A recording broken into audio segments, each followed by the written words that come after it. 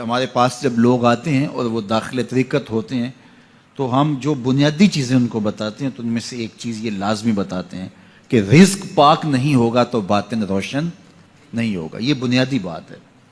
اگر رزق پاک نہیں ہے تو میرے حضور نے ارشاد فرمایا کہ ایک بندہ سفر کر کے کعبۃ اللہ کے صحن میں پہنچتا ہے اور کعبے کے پردوں کو تھام لا ہے وہ یمد یدیہ اور لمبے لمبے ہاتھ کر کے کہتا ہے اے اللہ, لیکن اس کا کھانا حرام ہے, اس کا پینا حرام ہے, اس کا لباس حرام ہے, وہ غزیہ بالحرام, اس کو غذا حرام سے دی گئی ہے. میرے حضور نے فرمایا اس کی کوئی دعا قبول نہیں ہوگی.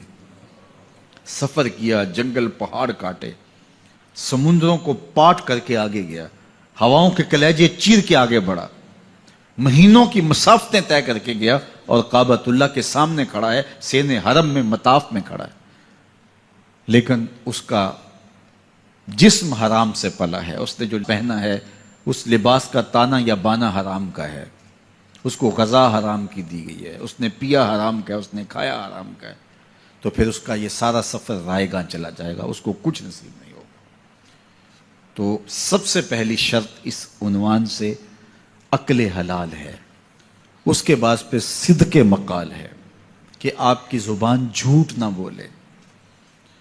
جب کوئی شخص جھوٹ بولتا ہے, روحانیات تو دور کی بات ہے, اللہ کے فرشتے اس سے 1 میل دور ہٹ جاتے ہیں.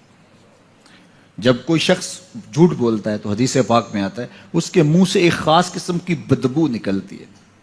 اس بدبو کو ہم نہیں سونگھ پاتے لیکن فرشتے سونگھ لیتے ہیں, چونکہ فرشتے انتہائی حساس مخلوق ہے, اور وہ جھوٹ کی وجہ سے نکلنے والی بدبو کو سونگھتے ہیں. اللہ نے حضرت امام اعظم امام ابو حنیفہ رضی اللہ تعالیٰ عنہ کو یہ بصیرت عطا کی تھی اور یہ باطنی نظر بخشی تھی کہ جب کوئی شخص وضو کرتا تھا تو اس کے وضو کے پانی سے پہچان لیتے تھے کہ یہ کس گناہ کا مجرم ہے. جب بندہ وضو کرتا ہے تو وضو سے ہاتھوں کے گناہ جھڑتے ہیں, منہ کے گناہ جھڑتے ہیں, تو وہ وضو کے پانی سے اس بات کو محسوس کرتے تھے. اللہ نے ان کو وہ بصیرت عطا کی تھی, لیکن انہوں نے اللہ کی بارگاہ میں عرض کی مالک مجھ سے یہ چیز چھین لے, یہ چیز مجھے نہیں چاہیے. لوگوں کے بارے میں جو ہے وہ ایسا گمان پھر پیدا ہوتا ہے. تو فرشتوں کو اللہ نے وہ حساس جو ہے وہ پاکیزہ وجود دیا, اور ان کی حس ایسی ہے کہ وہ بدبو جو انسان بولتا ہے اور لفظوں سے جو اثرات نکلتے ہیں وہ محسوس کرتے ہیں. تو جب کوئی شخص جھوٹ بولتا ہے تو اس کے جسم سے, اس کی زبان سے جھوٹ کے ساتھ بدبو نکلتی ہے. اللہ کے فرشتے 1 میل دور تک پیچھے ہٹ جاتے ہیں. تو مجھے بتائیے, جو شخص جھوٹ بولتا ہو کیا اسے کوئی روحانی مرتبہ مل سکتا ہے؟ یہ سوچا بھی نہیں جا سکتا, یہ امکانات سے ہی نہیں ہے. اللہ کے محبوب علیہ السلام سے پوچھا گیا کہ حضور کوئی مسلمان, کوئی مومن کیا بزدل ہو سکتا ہے؟ فرمایا نہیں, وہ بہادر ہوتا ہے, لیکن ہو سکتا ہے کبھی اس سے بزدلی بھی سرزد ہو جائے. انسانی کمزوری ہے, کبھی انسان بہت طاقت میں ہوتا ہے اور کبھی انسان کمزور بھی پڑ جاتا ہے. فرمایا ہو سکتا ہے کبھی اس سے ہو بھی جائے. پھر پوچھا کہ بخل کر سکتا ہے؟ فرمایا نہیں, مومن سخی ہوتا ہے لیکن ہو سکتا ہے کبھی اس سے بخل بھی ہو جائے. کبھی کبھی دولت اسے اچھی بھی لگنے لگ جاتی ہے, جس طرح فرمایا گیا کہ اولاد مبخلتن مجبنتن, یہ جو اولاد ہوتی ہے یہ بندے کو بخیل بھی بنا دیتی ہے اور بزدل بھی بنا دیتی ہے. جب اولاد نہیں ہوتی تو بندہ سخی بھی ہوتا ہے اور بندہ جو ہے وہ مشکل حالات میں بھی کود جاتا ہے, لیکن جب اولاد ہوتی ہے تو پھر مشکل حالات میں کودنے سے پہلے سوچتا ہے میرے بچے ہیں یتیم ہو جائیں گے.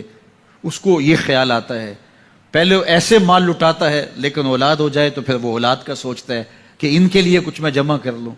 تو اولاد فرمایا میرے حضور نے کہ مبخلہ و مجبنہ, یہ بخیل بھی کر دیتی ہے اور یہ کمزور اور بزدل بھی بنا دیتی ہے. تو مومن ہوتا بہادر ہے لیکن ہو سکتا ہے کبھی اس سے بزدلی بھی ہو جائے. مومن سخی ہوتا ہے لیکن کبھی ہو سکتا ہے اس سے بخل بھی ہو جائے. لیکن تیسرا سوال حضور سے پوچھا گیا کہ مومن جھوٹا ہو سکتا ہے؟ تو اس پہ 2 ٹوک کہا, نہیں جھوٹا نہیں ہو سکتا.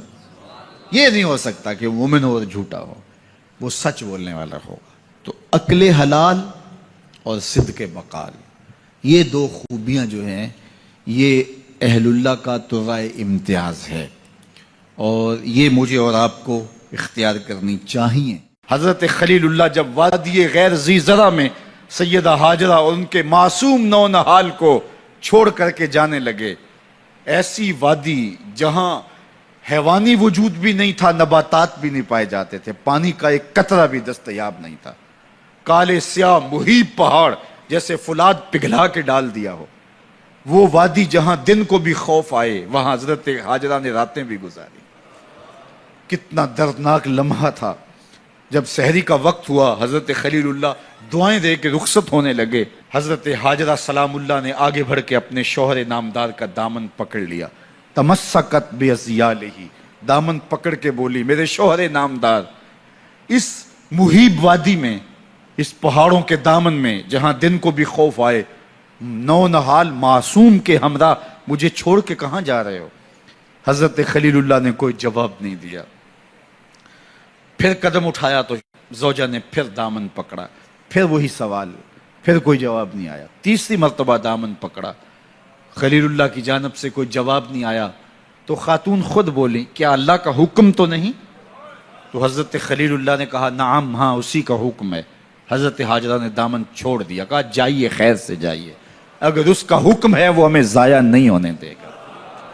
جہاں دن نہیں گزارے جا سکتے تھے، پھر اس خاتون نے وہاں راتیں بھی کاٹی. وہ وادی جس میں وحشت بھی قدم رکھتی تھی ڈر ڈر کے، جہاں پھرتے تھے آوارہ تھپیڑے بادے سر سر کے، جہاں پر گھاس اگتی ہے، جہاں نہ پھول کھلتے ہیں، مگر وہ سرزمین ہے آسماں بھی جھک کے ملتے ہیں. اپنی پاک باز بیوی اور نونہال بیٹے کو چھوڑ کے حضرت خلیل اللہ دعائیں دے کے رخصت ہو گئے. تھوڑا سا توشہ تھا، 2-1 دن کے بعد ختم ہو گیا. پھر ماں کی چھاتی سے دودھ بھی خشک ہو گیا. نونہال پیاس سے تڑپنے لگا. ماں تو پھر ماں ہوتی ہے. تڑپتی ہوئی ممتا کا دل بے قرار ہوا. ایک پتھر کے سائے میں معصوم اسماعیل علیہ السلام کو لٹایا اور پانی کی تلاش میں جبل صفا پہ چڑھی. اطراف میں آسمانوں کی طرف دیکھا، کہیں کوئی پرندے اڑتے دکھائی دیں اور پانی کا نشان ملے اور میں وہاں سے بیٹے کے لیے 2 بوند لے آؤں، لیکن کچھ دکھائی نہیں دیا. تا حد نظر پھیلا ہوا آسمان ہی آسمان ہے اور پہاڑ ہی پہاڑ نیچے دکھائی دیتے ہیں. پھر مروہ پہ آئیں، درمیان میں نشیبی جگہ تھی، وہاں بیٹے کا من مونا چہرہ دکھائی نہیں دیتا تھا. دوڑ کے گزری اور جا کے صفا پہ گھوم کے دیکھا، کچھ نظر نہیں آیا. ادھر بھی دیکھ لیا، ادھر بھی دیکھ لیا، لیکن ماں تھی. پھر دوبارہ صفا پہ آئی، صفا پہ دیکھا، کچھ دکھائی نہیں دیا. پھر تڑپ کے مروہ پہ آئیں، وہاں پھر دیکھا، کچھ دکھائی نہیں دیا. پھر صفا پہ آئی، کبھی صفا پہ کبھی مروہ پہ. تڑپتی ہوئی ماں کی ممتا، بے قرار دل. ادھر پانی کی پیاس سے تڑپتا ہوا معصوم اسماعیل پتھر کی اوٹ میں. درمیان سے ماں گزرتی ہے تو بھاگ کے گزرتی ہے کہ بیٹے کا من مونا چہرہ بھی نگاہوں کے سامنے رہے. ذرا منظر تو دیکھو کتنا دل آویز ہے. اللہ اکبر، سینوں میں پتے پانی ہو جائیں، پتھر بھی ہو تو پگھل جائے اس زہرہ گداز داستان سے. لیکن اللہ پر توکل اور ماں کی بے قراریاں، کبھی صفا پہ کبھی مروہ پہ، زبان پہ شکایت نہیں ہے. پھر جب مروہ پہ پہنچتی ہیں، 7 چکر مکمل ہو گئے، تو ادھر کیا دیکھا کہ معصوم اسماعیل ایڑیاں رگڑ رہا ہے. ماں کا دل ڈولنے لگا کہ بیٹا آخری لمحوں میں. دوڑی کہ بیٹے کو جا کے اپنی چھاتی سے چمٹاؤں، ہو سکتا ہے 2 قطرے دودھ کے اس کی زندگی کی آس بندھا دیں. تو ماں دوڑتی ہوئی آئی، لیکن جب قریب آئی تو منظر بدلا ہوا تھا. معصوم کی ایڑیوں کے رگڑنے سے تازہ چشمہ پھوٹ رہا ہے. پانی ہے کہ بے قابو ہونا چاہ رہا ہے. آگے بڑھی، جلدی جلدی مٹی کی منڈھیری کرتے ہوئے کہا، زم زم، رک جا رک جا. اللہ اکبر. ہاجرہ سلام اللہ علیہا نے حضرت اسماعیل کی محبت اور اپنے رب پر توکل کی انوکھی اور البیلی داستان رقم کی. کہا، ہاجرہ تو نے بھی حد کر دی، لیکن قیامت تک تیری راہوں کو بھی جلوہ گاہ بنا دیں گے. یہاں نبی بھی دوڑیں گے، ولی بھی دوڑیں گے، غوث بھی دوڑیں گے، کتب اور ابدال بھی دوڑیں گے، شہنشاہ بھی دوڑیں گے، کج کلا بھی دوڑیں گے. یہ دوڑنا ہم عبادت بنا دیں گے. حتیٰ کہ امام الانبیاء بھی ان راہوں کی سائی کرتے رہے. عجیب رنگ، عجیب منظر اور عجیب کیف کا عالم. اچھا، یہاں رک کے ایک بات کرنا چاہوں گا، اگر آپ کی توجہ ہو. جہاں حضرت ہاجرہ دوڑیں اور ان کے مبارک قدم وہاں لگے اور لگ کے ہٹ گئے، عارضی نسبت ہے، مستقل نسبت نہیں ہے. جہاں ان کے قدم لگ کے ہٹ گئے وہ جگہ تو جلوہ گاہ بن گئی، اور جہاں حضور خود جلوہ فرما ہیں وہ گنبد خضرا جلوہ گاہ کیوں نہیں ہو سکتا ہے؟ اب یہ پانی جہاں حضرت اسماعیل کے قدم لگے، یہ پانی دنیا کا عظیم ترین پانی ہے، اور پھر اس کا پروٹوکول یہ ہے، اس کو کھڑے ہو کے پیا جاتا ہے۔ یار یہاں بھی روک کے ایک بات کہہ دوں، حضرت اسماعیل کے قدموں کو چھونے والے پانی کا پروٹوکول ہے کہ اس کے لیے کھڑے ہو جائیں، اور حضرت اسماعیل مسجد اقصی میں جس کے پیچھے کھڑے ہو کے نماز پڑھتے ہیں اس امام کے لیے کھڑے ہو کے مصطفیٰ جان رحمت پہ لاکھوں سلام پڑھ لیں تو اس میں شرک کہاں سے آ جائے گا؟ تو یہ تکریم ہے، یہ عزت ہے اس پانی کی کہ اس نے حضرت ذبیح اللہ کے قدم چھوئے ہیں۔ تو یہ سارا حج اللہ اکبر ہمیں ہمارے ماضی سے جوڑتا ہے۔